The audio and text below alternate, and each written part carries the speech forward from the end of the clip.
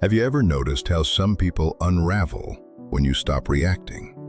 You don't shout, you don't argue, you just go silent, and suddenly the energy shifts.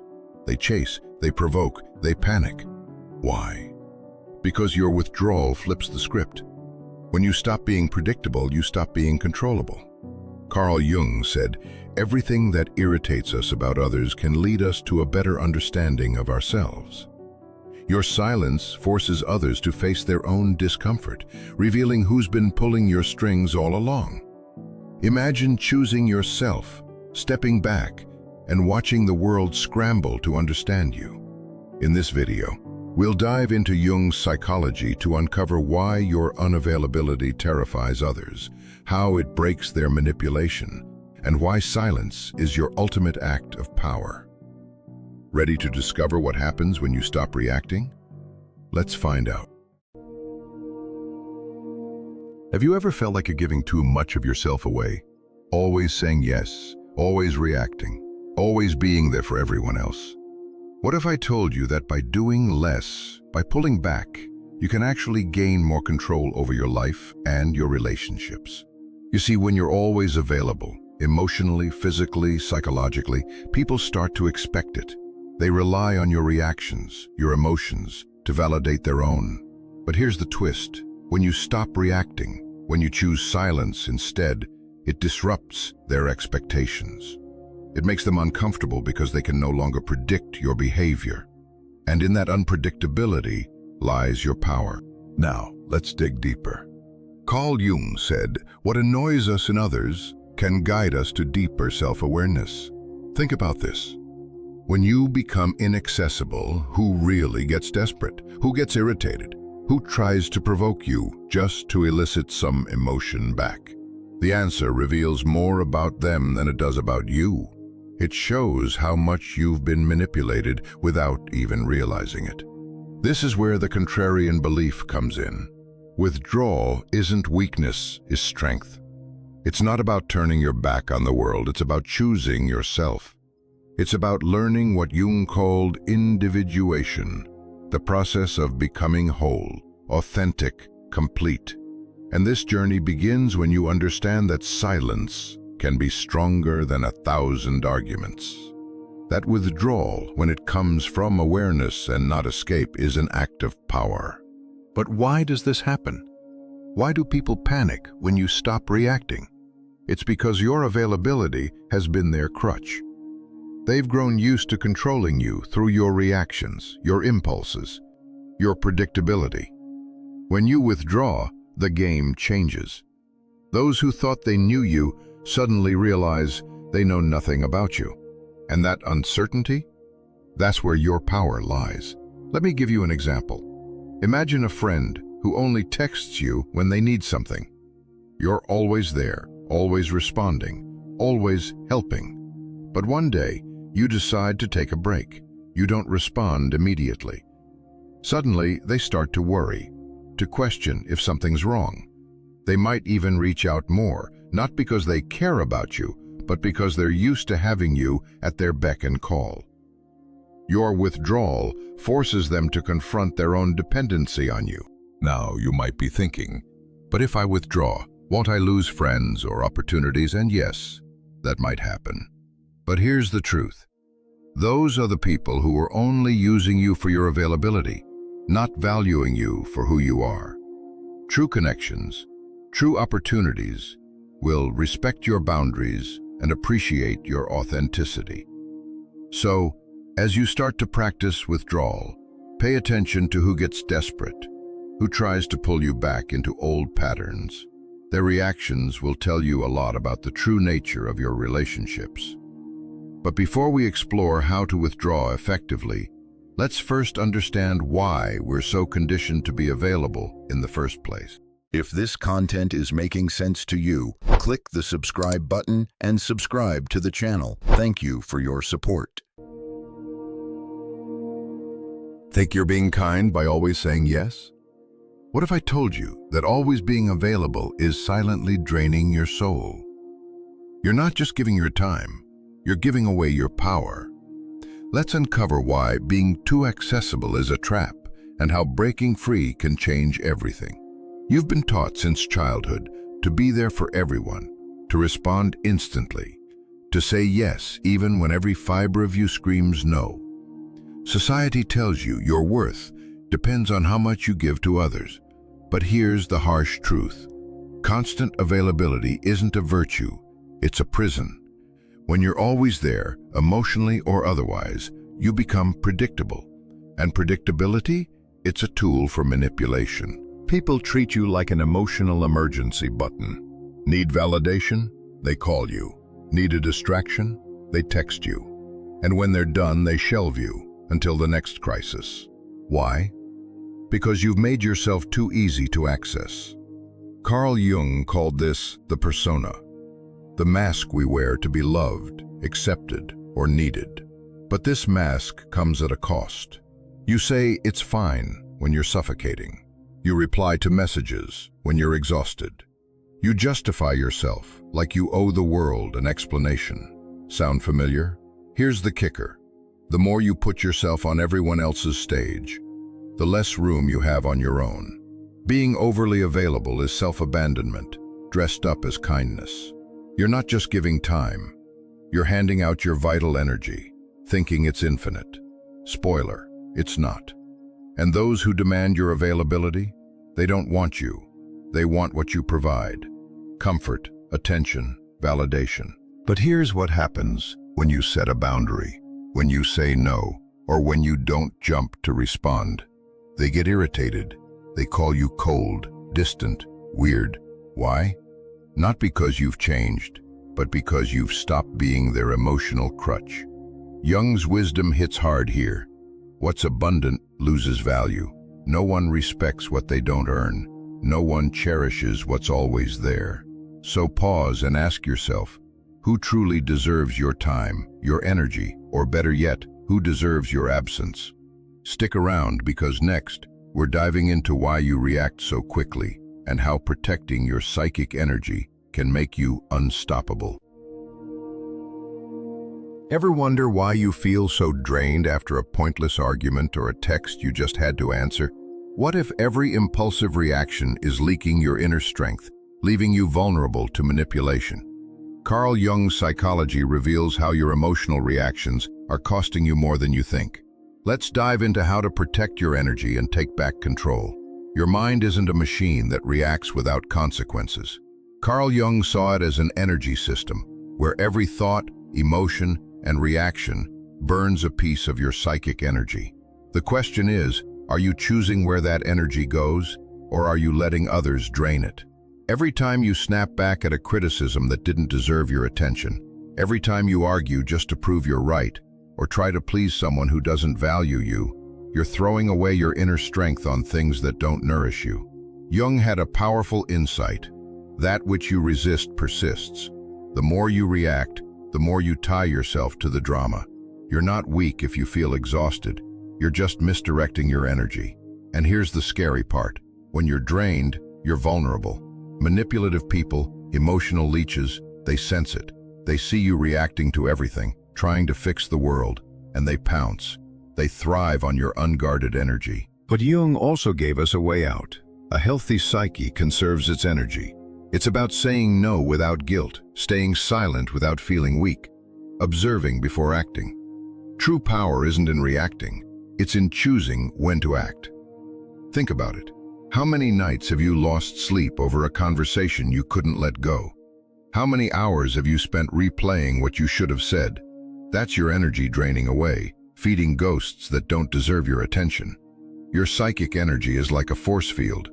Guard it well, and you walk into a room radiating presence, commanding respect without a word. Let it leak, and you become reactive, fragile, invisible. So, start noticing your triggers. What makes you flare up instantly? What pulls you off balance? Those are the cracks where your energy escapes. This isn't about being cold. It's about being selective, sovereign over yourself. And here's the game changer. When you conserve your energy, you shatter the projections others place on you.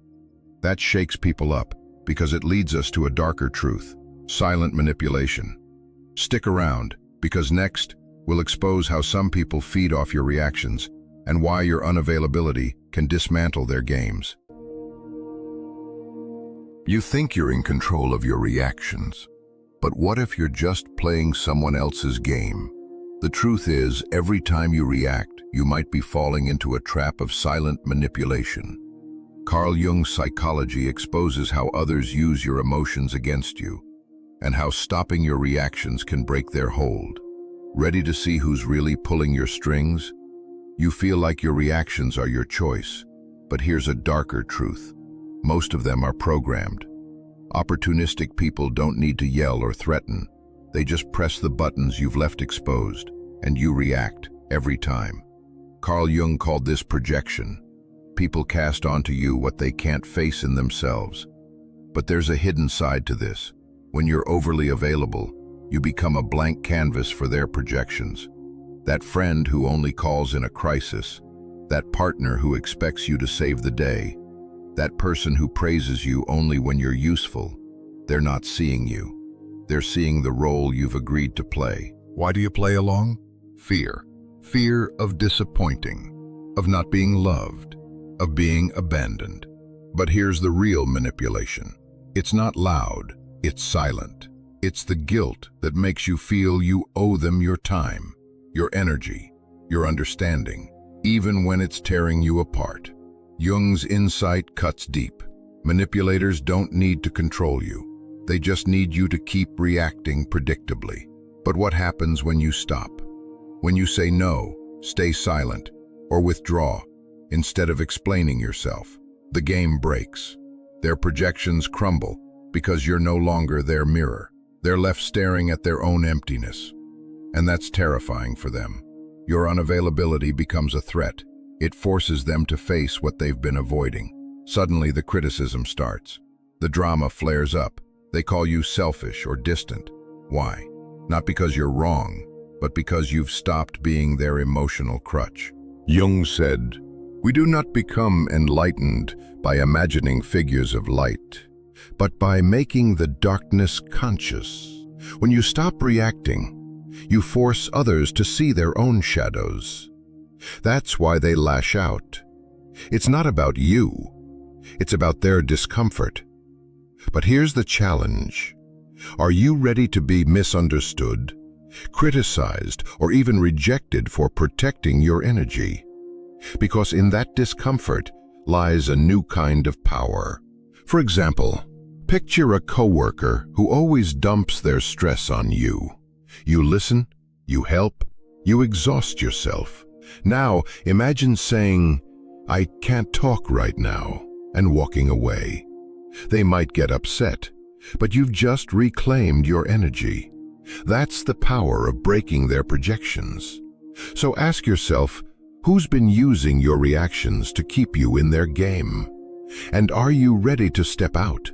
Next, we'll explore why silence is the most powerful weapon in your psyche and how it can reshape your entire world. In a world screaming for your attention, what if the most powerful move is to say nothing at all? Not out of weakness, but out of pure, unshakable strength. Carl Jung saw silence as a weapon, a way to reclaim your energy and rewrite the rules of control. Let's uncover why your silence terrifies others and how it can rebuild you from within. We live in a noisy world. Everyone's fighting to be heard, to win petty arguments, to prove their point, even if it costs them their peace. But there's a secret power few master: silence. Not the silence of cowardice, but a conscious, razor-sharp choice that screams presence. Carl Jung saw silence as fertile ground for transformation. When you stop reacting, you start observing. You notice patterns, manipulation, emotional traps, your own self-sabotage. That clarity, it's deadly to anyone who thrives on controlling you. Have you ever seen someone panic when you don't respond? When you don't justify or chase? It's not because they miss you. It's because your silence steals their script. As long as you're talking, you're in their game. But when you go quiet, you change the rules. They unravel because they can't handle your refusal to play. Jung's truth hits hard. Silence isn't emptiness. It's mastery over your energy. It's saying, I won't be dragged into your chaos. This isn't just about others, though. Silence is where you hear yourself. Jung called it individuation, becoming your true self, free from the world's noise. But here's the catch. Silence comes with a price. Some will call you cold, distant, even arrogant.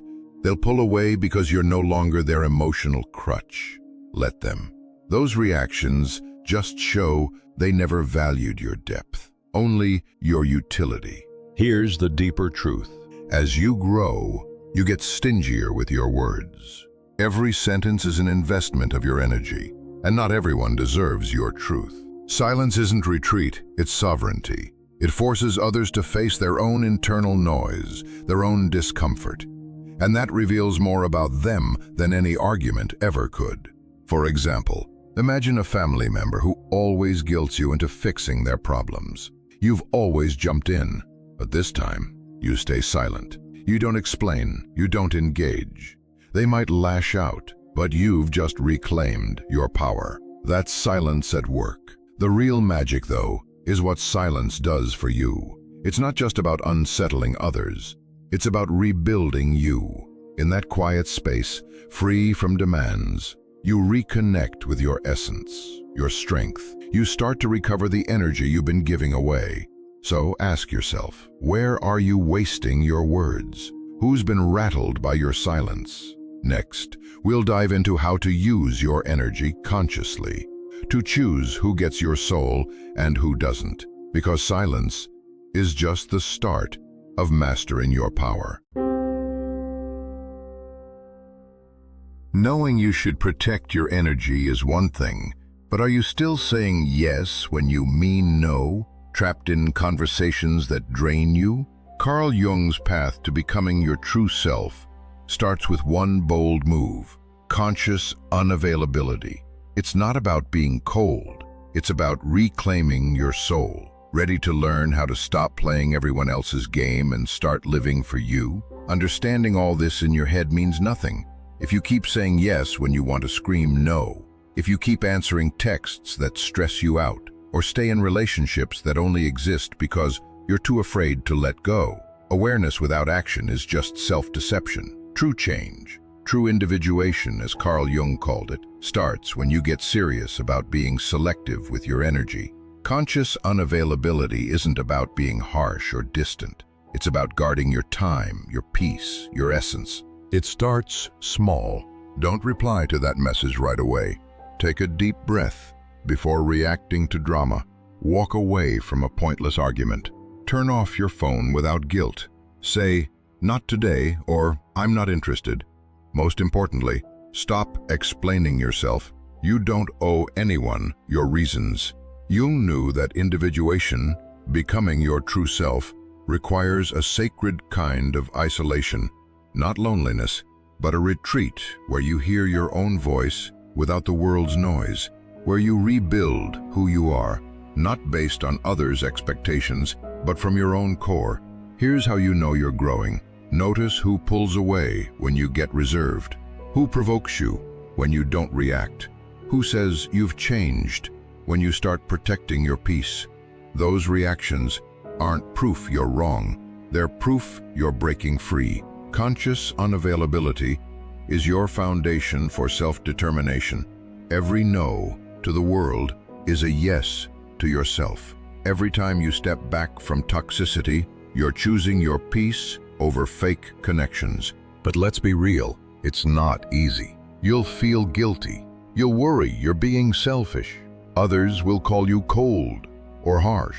That's because you've been conditioned to put yourself last, and they've benefited from it. Your absence exposes their reliance on your chaos to feel in control. That's when the rupture happens. Pain, loneliness, the fear you're losing something. But you're not losing, you're liberating yourself. For example, picture a friend who always expects you to fix their crises. You've always been there, but now you say, "I can't right now." They might guilt trip you, but you've just set a boundary. That's individuation in action, choosing you. So ask yourself, where are you still giving too much? Who's rattled when you say no? Next, we'll explore what's born from this silence. The rebirth that comes when you embrace being misunderstood and find true freedom in your own strength. What happens when you finally step away from the noise and embrace the silence? It feels lonely at first, but what if that loneliness is the key to unlocking your true self? Carl Jung's wisdom shows us that withdrawing isn't running away. It's the path to a powerful rebirth. Let's discover how letting go of others' expectations can make you whole again. When you stop being everyone's go-to, something incredible starts to unfold. At first, it's just silence, an uncomfortable quiet that makes you question everything. Did I push people away? Am I being too harsh? Will I lose everyone? But then, that silence shifts. It cleanses, it calms, it heals. That's when solitude arrives. Not the empty kind, but the solitude of the strong. The kind where you're fully present with yourself, no longer betraying who you are to keep others close. Carl Jung called this individuation, becoming your true self by stepping away from the crowd, shedding the mask you've worn to please others. When you choose unavailability, you're not escaping the world, you're returning to you. You stop reacting to every demand and start creating your own reality. The people who get upset by your absence, they didn't want you, they wanted the role you played. When you stop fitting their script, they're lost, and that's your freedom. Yes, you'll lose people. You'll leave places behind. You might even be misunderstood, called selfish or distant, but here's the truth. That loss is your gain. By letting go, you find yourself. You reconnect with your essence. You become rare, valuable, unforgettable. Jung's wisdom rings true. True strength comes from standing alone, not bending to fit in. Picture this. You stop jumping to fix a friend's drama. They push back, maybe even walk away. It stings, but suddenly you feel lighter. You're not carrying their chaos anymore. That's rebirth, a life where you only let in what aligns with your peace, your truth, your wholeness. This path isn't easy. It takes courage to be misunderstood, to face loneliness, to choose yourself over approval. But if you're watching this, a part of you is ready. You know that being loved means nothing if it costs you your soul. True self-love starts when you choose you, even if it means standing alone for a while. So I'm asking you now, are you ready to be misunderstood, rejected, even hated for your inner freedom? Will you pay the price to be you? Drop "I choose my peace" in the comments if this resonates. Let's see how many of you are ready for this transformation. And don't stop here. Watch the next video for more ways to master your mind and life. It's more powerful than you think.